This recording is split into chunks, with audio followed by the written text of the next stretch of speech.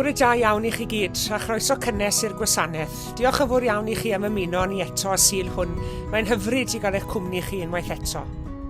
Cyn i ni fynd ymlaen a'n hoedfa, gai eich gwahodd chi i ymuno â fi mewn gair o weddi dros Wcrain. Gweddiwn. Sanctaidd a grasol ddiw, gweddiwn dros bobl Wcrain a phobl Rwsia, a dros i gwleidyddion a'i harweinwyr. Gweddiwn dros bawb sy'n ofnus, y bydd y freichiau tragwyddol yn ei dalau cynnal yn yr amser hwn o ddychryn ac ofn mawr. Gweddiwn dros bawb sy'n dal grym ac yn medru penderfynu rhwng bywyd a marwolaeth. Y bydd iddy'n ddewis i bawb gael byw a derbyn bywyd yn ei holl gyflawnder. Gweddiwn dros yr rhai sy'n dewis ryfela. Y bydd iddy'n gofio i ti gyfarwyddo dy bobl i droi eu clyddyfain geibiau a cheisio heddwch. Gweddiwn dros arweinwyr yr holl fyd, y bydd iddynt gael ei hysbrydoli gan ddoethineb a dewrder Iesu Grist. Gofan nhw'n hyn yn enw Iesu, ein harglwydd a'n gwaredwr. Amen.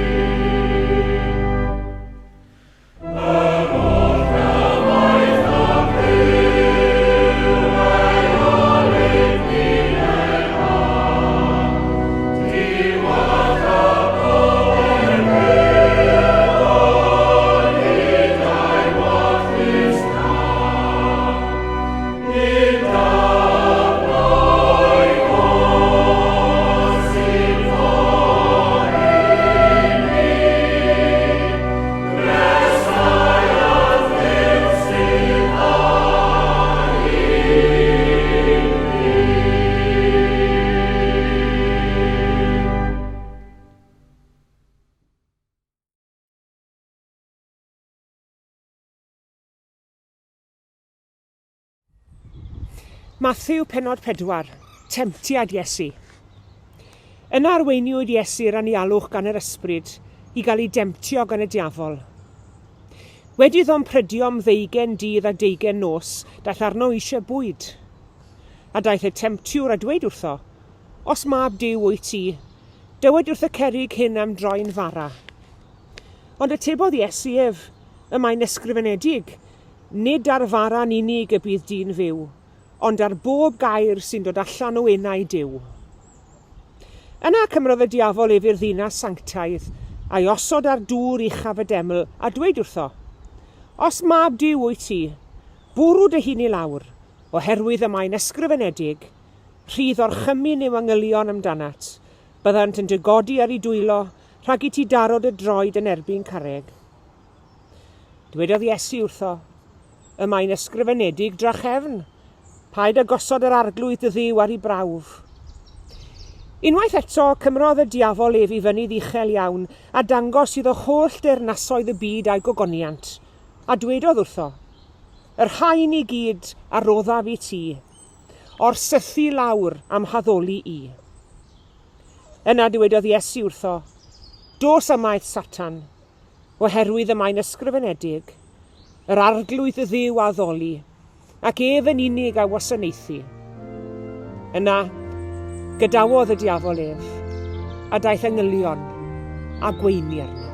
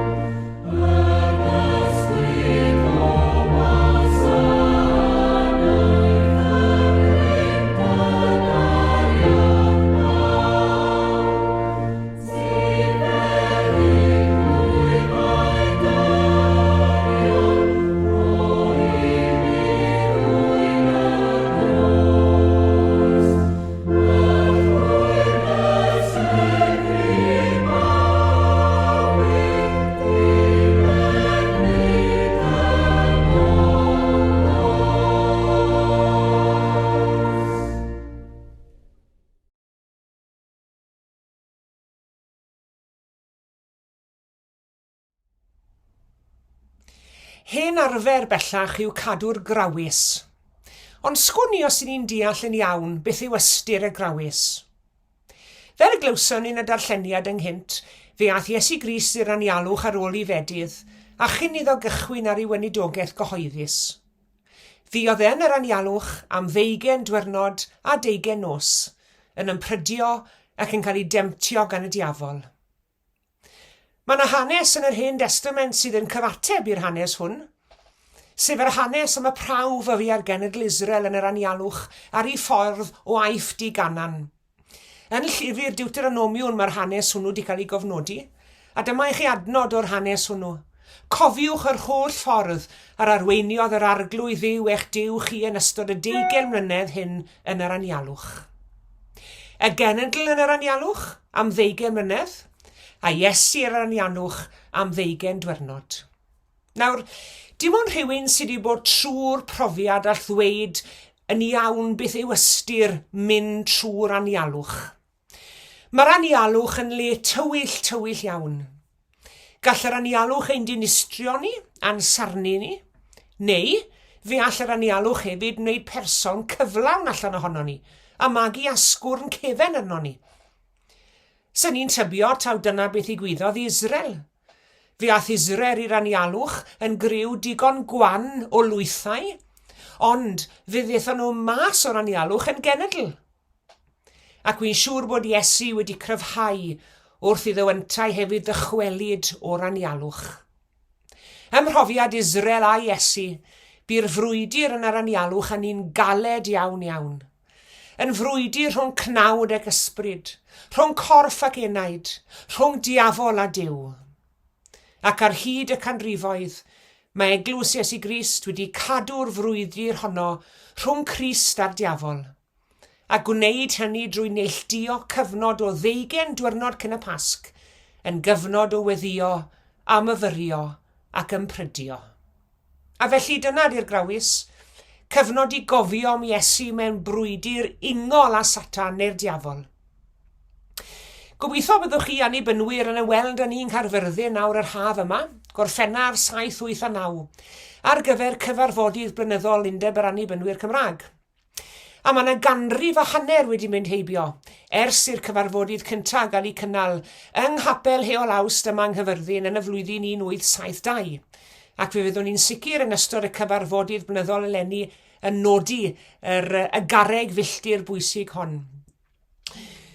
Llywydd neu gadeirydd cyntaf Undeb yr Annibynwyr Cymraeg yn y cyfarfodydd undeb cyntaf hynny yng Nghaerfyrddin ganrif a hanner nôl, oedd neb yn llai na Gwilym Hiraethog ei hun. Wy'n ofni falle bod y safon wedi gostwng erbyn hyn. Ac wrth gwrs fel llywydd ein braint ni yw traddodi enerchiad o gader y llywydd. A thestyn Gwilym Hiraethog yng nghyfarfodydd cyntaf eriod yr undeb ac yn haliwyd yma yn 1872 oedd Satan. Satan! Ac fe ddywedodd un oedd yn y cyfarfodydd hynny, mai Satan oedd y testyn, yr oedd un am ddangosau yn feistir ar Satan yn trin i gyflwr ac yn dyn noethni i gymhellion. A hyd y dydd hwn, i ni'n dal i geisio dyn noethni cymhellion Satan. Fe weles i rhywun y haf diwetha'n gwisgo crys T gyda'r geiriau The Devil Made Me Do It wedi sgrifennu o flaen y crys. Ac wy'n siŵr nad oedd y sawl oedd yn gwisgo'r slogan hwnnw yn deall yn iawn arwyddocad diwynyddol y geiriau. The Devil Made Me Do It. Oherwydd nid bwriad yr hyn yr ydyn ni yn ei alw'n demptio yw gwneud ni'n bobl ddrwg. Bwriad temptio yw ein galluogi ni i oresgu'n drygioni. Nid bwriad temptio yw ein gwneud ni'n bobl ddrwg. Bwriad temptio yw ein gwneud ni'n bobl dda.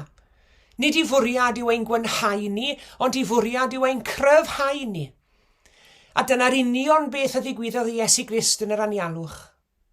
Mynd i'r anialwch nath Iesu mwyn cael ychydig bach o lonydd, mynd yno eistedd dawel.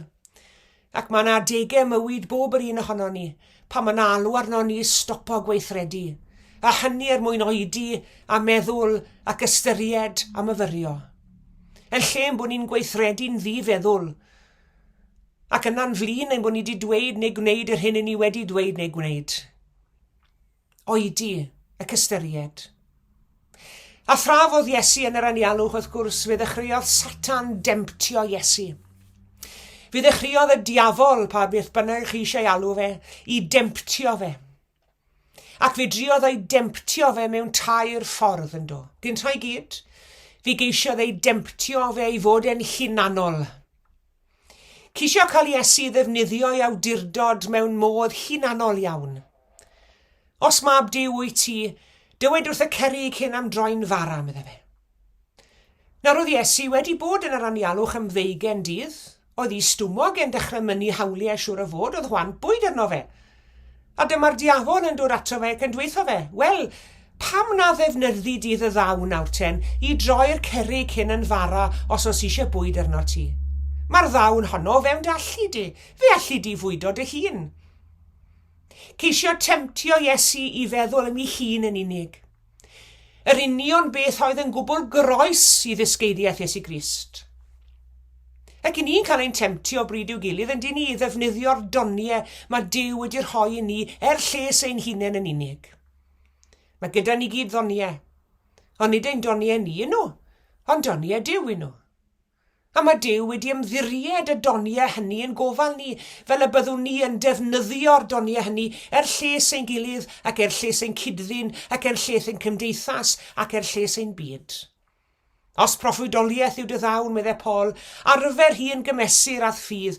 Os dawn gweini ydyw, arfer hi weini. Os athro wyt, arfer dy ddawn i addysgu. Y mae gan bob yr un ohono ni ddawn yn rhodd yddi wrth Dduw. Ac oherwydd hynny, y mae'n bosib i bob un ohono ni ofyn un o ddau gwestiwn, naill ai, Beth allai'n wneud dros fy hunan drwy ddefnyddio fy nawn? Neu, beth allai'n wneud dros bobl eraill drwy ddefnyddio fy nawn? Ac fe all fod yna wahaniaeth mawr rhwng atebion y ddau gwestiwn yna. I ni'n cael ein temtio bryd i'w gilydd i ddefnyddio'r hyn sydd yn eiddo i ni ein lles yn hunain. I ddefnyddio'n awdurdod, i ddefnyddio'n doniau, a throi'r cwbl i felin ein hunain. Na, meddai Iesu, na. Bod chwant bwyd arna i, dydw i ddim yn mynd i ddefnyddio nawn i'r lles fy hunan. Nid ar faran unig y bydd dyn fyw. Yn ail, fe gas Iesu demtio hefyd i roi prawf ar Dduw. Os mab Duw wyt ti, meddai'r diafol, bwrw dy hun i lawr o ben y deml hon, a bydd Duw yn rhoi gorchymyn i'w angylion i ddod i dy godi di ar ei dwylo, rhag i ti daro dy droed yn erbyn carreg. Go on, meddai'r diafol, neidia, go on, bydd Duw yn achub di.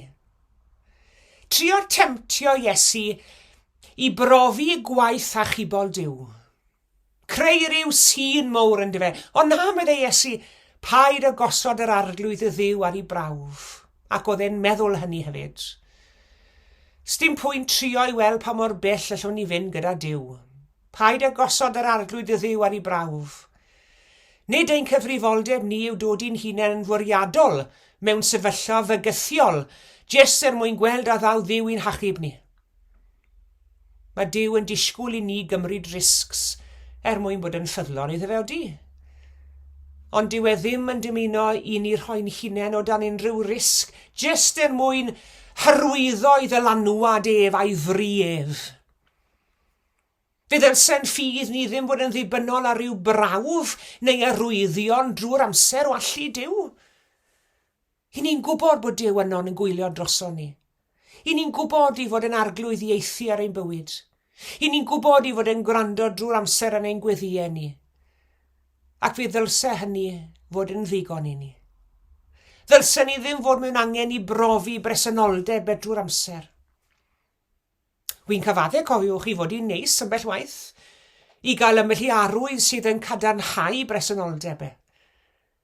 Ond fe mae Ioan yn dweud wrthon ni mewn ymateb i angrediniaeth Thomas, gwyneb byd yr rhai a gredodd, heb iddynt weld. Nid rhywbeth i chwarae rownd gyda fe di gwaith achubol Duw, nid rhywbeth i arbrofi gyda ge. Ond yn hytrach rhywbeth y dylsen ni ymddiried yn ddon dawel yn ein bywydau ni bob dydd. Paid a gosod yr arglwydd y Dduw ar ei brawf. Ac yn olaf fe nath y diafol i ore glas i gael Iesu i gyfaddawdi, compromiso i gyfaddawdi, wel nawr te. Y diafol y tro hwn yn mynd â Iesu lan i ben mynydd uchel a chynnig holl deyrnasoedd y ddeiar iddo fe, y cwbl lot, ar yr amod bod Iesu'n plygu lawr a'i addoli fe. Fe ddath Iesu i'r byd, i achub y byd. Ac o'n i ddwedodd Duw wrth yr etholedig un, gofyn a rhoddaf i ti'r cenhedloedd yn etifeddiaeth, ac eithafoedd y ddeiar yn eiddo i ti. Ond roedd y temptiwr yn dweud i fod yn cynnig compromis. Roedd y temptiwr yn cynnig i Iesu i ddod i delerau ag ef. Cynnig i Iesu ddod i delerau ar byd, yn hytrach na chyflwyno gorchmynion Duw i'r byd. Cynnig ffordd hawsa allan o'r sefyllfa yn lle ffordd Duw. Trio torri ar draws cynllun achubol Duw o weredu'r byd. Trio cael Iesu ennill y goron heb ddioddef y groes. Dim coron ddrain, dim sarhad, dim croes. Duw, oedd hi'n dipyn o demtasiwr yn dod hi. Ond dim buddugoliaeth chwaith. Dim buddugoliaeth. Ceisio temtio Iesu newid y byd, nid trwy farw dros y byd, nid trwy achub y byd, ond trwy ddod yr un peth ar byd. Ond roedd Iesu'n gwbl sicr na ellir goresgu'n drygioni drwy gyfaddawdi gyda drygioni. Yr arglwydd y Dduw a ddoli ac ef yn unig a wasanaethu oedd hi ar gyhoeddiad cadarnau. cynllun Duw yn unig. Bod hynny'n golygu dioddef, ond cynllun Duw yn unig. Ni fedr achub y byd drwy ddod yr un peth ar byd. Nid yw Cristnogaeth yn medru ac ni ddylai Cristnogaeth blygu i lefel y byd. Mae rhaid i Cristnogaeth godi'r byd i'w lefel hi ei hun. A dim byd llai yn gwneud y tro. Ni all yr eglwys hon ac unrhyw eglwys arall blygu lefel y gymdeithas iddo ei hamgylch, ein gwaith ni yma yng Nghaerfyrddin fel ym mhob ardal arall yw codi'r cymdeithas. Codi'r cymdeithas ato ni fel eglwys yn dyfe. A chyflwyno gwirioneddau'r efengil i'r eglwys, i'r gymdeithas, drwy gwasanaethu'r gymdeithas yn enw'r efengil. Ac bod na leisiau yn galw arno ni o bob cyfeiriad heddi, yn ceisio'n temtio ni yn yr anialwch sydd yn ein hamgylch ni yng Nghymru. Ni ddyle hynny fod yn esgu sy'n ni gyfaddawdu ar byd. Fe ddylai'r lleisiau hynny yn yr anialwch hwn fod yn reswm dros gryfhau ein cred ni a chryfhau ein tystiolaeth ni. Fe gofiwch chi bod cenedl Israel wedi mynd i'r anialwch yn griw digon gwan o lwythau. Fe ddaethon nhw mas o'r anialwch yn genedl gyfan. A dychwelodd Iesu o'r anialwch gyda'i ffydd yn newid i gryfhau. Do, ym mhrofiad Israel ac ym mhrofiad Iesu, bu'r frwydr yn yr anialwch yn un galed iawn, yn frwydr rhwng cnawd ac ysbryd, rhwng corff ac enaid, rhwng diafol a Duw. Ond mae mynd trwy'r anialwch yn brofiad a ddylen gwneud ni yn bobl cyflawn, yn Gristnogion cyflawn, ac yn brofiad sy'n magu asgwrn cefen yno ni. A dyna yw hanes yr eglwys Gristnogol eriod. Yn wyneb pob heresi sydd wedi dod ar ei thraws ac yn erbyn pob math o erledigaeth, mae'r eglwys yn lle rhoi'r ffidil yn y to, mae'r eglwys wedi cryfhau yn ei ffydd, mae wedi cryfhau yn ei thystiolaeth. Pam? Achos bod gan yr eglwys achos i sefyll lan dros ei hunan, dyna pam. Ac felly wrth i ni baratoi ar gyfer y Pasg eleni, a chofio'n weddigar yn ystod tymor y grawys am frwydr Iesu yn yr anialwch. Brwydr rhwng cnawd ac ysbryd, rhwng corff ac enaid, rhwng diafol a Duw. Gadewch i ni gofio hefyd am yr her sydd yn ein hwynebu ni heddi fel Cristnogion, i gyhoeddi yn erbyn bob temtasiwn, nad gan bwyder tywyllwch yma'r gair olaf, ond gan oleuni Duw. Yr arglwydd fy niw a ddolaf, ac yn unig a wasanaethaf. Oherwydd fel mae Paul yn ein hatgoffa ni, oherwydd yr ydyn ni yn fwy na choncwerwyr trwy'r hwn a'n carodd ni. Mwyn i enw. Amen.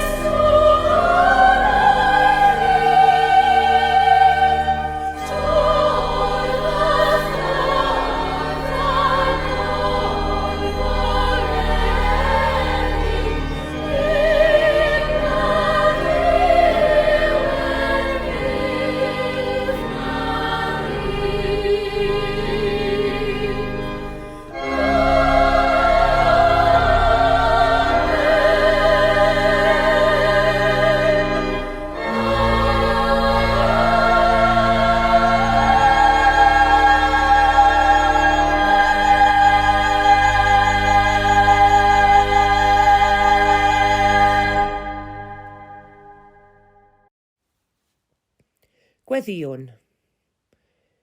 O Dduw ein tad bendithia ni yn ystod y tymor grawys hwn, wrth i ni gofio ympryd y disgyblaeth Iesu dros 20 diwrnod yn yr anialwch, yn gorchfygu temtasiwn ac yn ei baratoi hun ar gyfer ei waith a chybol yn y byd.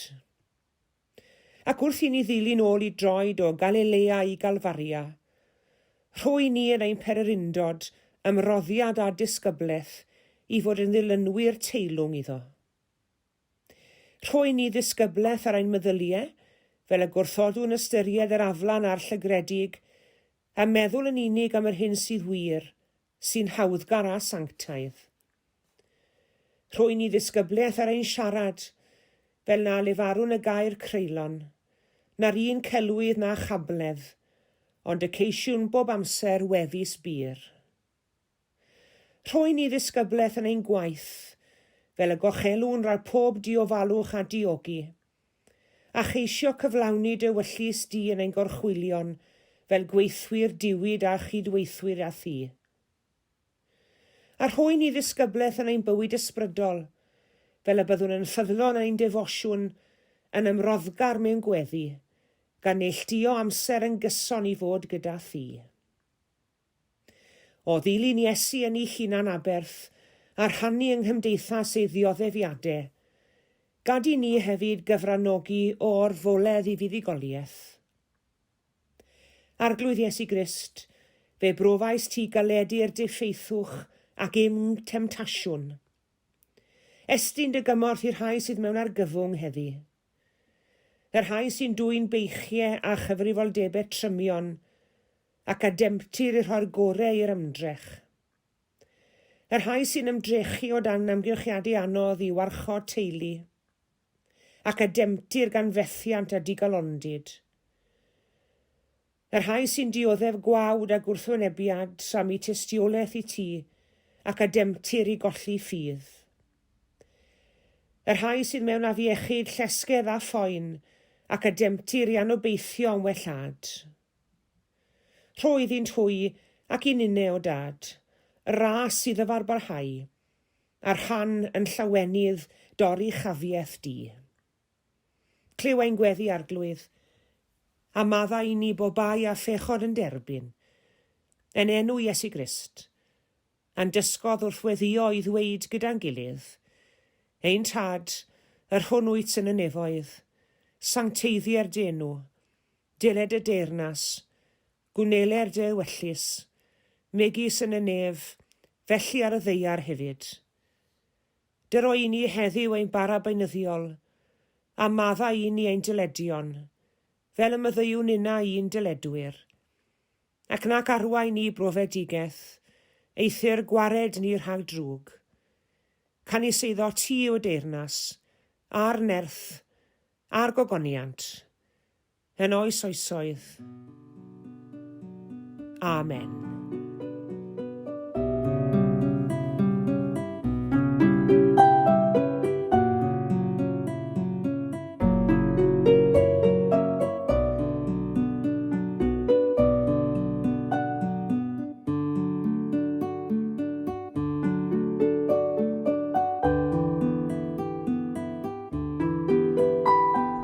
Diolch yn fawr iawn i chi gyd am eich cwmni. Tan y Sul nesaf, cadwch yn ddiogel ac yn iach. A gras ein harglwydd Iesu Grist a chariad Duw a chymdeithas yr ysbryd glân a fyddo gyda ni oll. Amen.